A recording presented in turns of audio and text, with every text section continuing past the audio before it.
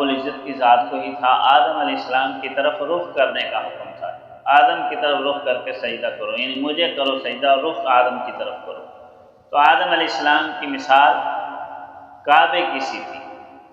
جس طرح آج ہم کعبے کی طرف رخ کر کے سجدہ رب کعبہ کو کرتے ہیں اور رخ کعبے کی طرف کرتے ہیں، اس میں کعبے کی بھی تعظیم ہو جاتی ہے، اس کی عظمت اجاگر ہو جاتی ہے اور اللہ رب العزت کی بندگی ہو جاتی ہے۔ اسی طریقے سے فرشتوں سے کہا کہ دیکھو میں کائنات کے راز جانتا ہوں، تم میری حقیقت کو، مصلحتوں کو، حکمتوں کو نہیں سمجھ سکے، تو آدم کی طرف رخ کر کے مجھے سجدہ کرو، یعنی آدم کی بھی تعظیم ہو جائے گی اور ان کی عظمت فرشتوں کے آگے اور اللہ رب العزت کی بندگی بھی ساتھ ہوگی۔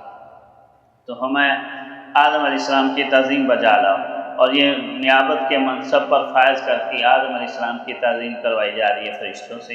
اور باقی مخلوقات سے، تاکہ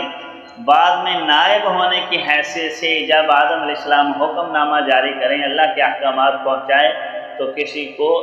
چون چراں کرنے کی ضرورت نہ ہو اور اس خلیفۃ اللہ کے احکامات کو من و عن قبول کر کے اپنے اوپر نافذ کر لیں۔ تو اللہ تعالیٰ فرما رہے فسجدوا، سب نے سجدہ کیا، الا ابلیس، مگر ابلیس نے نہیں کیا۔ تو اس کا مطلب یہ کہ اس کو بھی کرنے کا کہا گیا تھا تو اس کو کہا گیا ہے کہ اس نے نہیں کیا۔ اب آگے بتایا جا رہا ہے کہ اس نے کیوں نہیں کیا۔ ابلیس کیسے کہتے ہیں؟ ابلیس یأس زدہ، اس کا مطلب ہے مایوس اللہ کی رحمت سے، حسرت اور غم زدہ، بہت مایوس ہو چکا۔ ویسے تو اس کا نام عزازیل تھا، لیکن اس کی سرکشیوں کی وجہ سے اس کو شیطان کا لقب دیا گیا،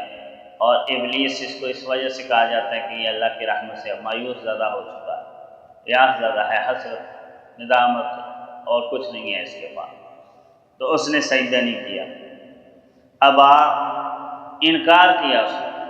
واستکبر، اور اپنے آپ کو بڑا جانا، وکان من الکافرین، اور کافروں میں سے ہو گیا۔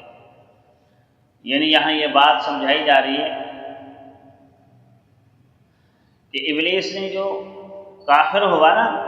وہ اس وجہ سے نہیں ہوا کہ عمل اس سے رہ گیا، یعنی بتایا جا رہا ہے کہ اس نے جو سجدہ کر نہیں کیا، عملی کوتاہی اس سے ہوئی، وہ کوئی غلط فہمی کی بنیاد پر یا کسی بھول چوک کی وجہ سے اس سے یہ عمل ترک نہیں ہوا، اس نے انکار کرتے ہوئے اور اپنے آپ کو بڑا جانتے ہوئے، توفق اور تعلی کرتے ہوئے اس سے انکار کیا، نہیں کیا، اور اس وجہ سے ہی وہ کافر ہوا ہے۔ عملی طور پر انسان سے اگر کوئی عمل اس کے ذمے ہو اور وہ رہ جائے تو وہ کافر نہیں ہو جاتا، اگرچہ گناہ گار ہوتا ہے، فرائض جو ہمارے ذمے ہیں اگر ہم اس پر عمل پیرا نہ ہو سکیں اور رہ جائیں تو انسان گناہ گار ہے، فرض ہے، ادا کرنا ہوتا ہے، وہ ادا نہیں کرتا۔ لیکن اگر ایک آدمی سرے سے انکار ہی کر دے کہ ہے ہی نہیں یہ حکم، میں بہتر ہوں، تو پھر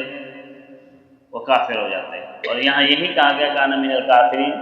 کا ترجمہ یہ کہ سارا من الکافرین، کافروں میں سے ہو گیا انکار کرنے کا۔ اور معاذ اللہ آج بھی اگر کوئی جو واضح احکامات الہیہ ہیں ان پر ایک عمل نہ کرے اور دوسرا ڈھٹائی کرنے لگ جائے اور انکار کرنے لگ جائے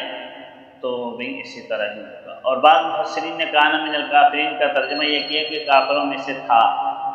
مطلب یہ ہے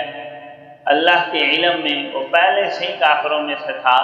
لیکن اب اللہ رب العزت نے عیاں کروا دیا، لوگوں کو دکھا دیا کہ یہ جو عبادت گزار بنتا تھا نا، یہ عبادت گزار نہیں تھا۔ بہت سارے لوگ کہتے ہیں لو جی آدم نے ایک سجدہ نہیں کی تھا، ابلیس نے اتنے سال، صدیاں سال عبادت کی اور ایک سجدہ نہیں کیا تو کافر ٹھہرا۔ ایسے نہیں، اللہ کے ہاں عبادت میں اخلاص مطلوب ہوتا ہے۔ اب تک جو کچھ وہ کر رہا تھا اللہ کے لیے کر رہا تھا یا کسی اور مقصد کے لیے، ہمیں کیا پتہ۔ اب اللہ رب العزت نے دکھایا کہ یہ میرے لیے اس نے ساری محنت نہیں کی، اب تک کی جو محنت تھی، اگر میرے لیے ہوتی تو میں نے کہا تھا ایسے کرو تو کرتا نا،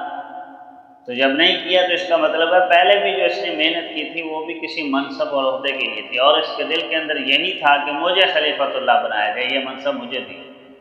تو ساری منصب کے لیے محنت تھی، اور آج وہ محنت ضائع ہوتی ہوئی نظر آئی، اس وجہ سے انکار کر بیٹھا، اور یہی چیز اس کے لیے ہلاکت اور بربادی کا باعث بنی۔ جب اللہ رب العزت کے لیے انسان محنت کرتا ہے تو ہلاک اور برباد نہیں ہوتا، وہ تو کامیابیوں کی طرف جاتا ہے۔ اللہ رب العزت کی ذات ہمارے اندر اخلاص پیدا فرمائے، تمام احکامات الہیہ کے آگے سر تسلیم خم کرنے اور اپنی عاقبت کو سنوارنے کی توفیق عطا فرمائے۔ وآخر دعوانا ان الحمد للہ۔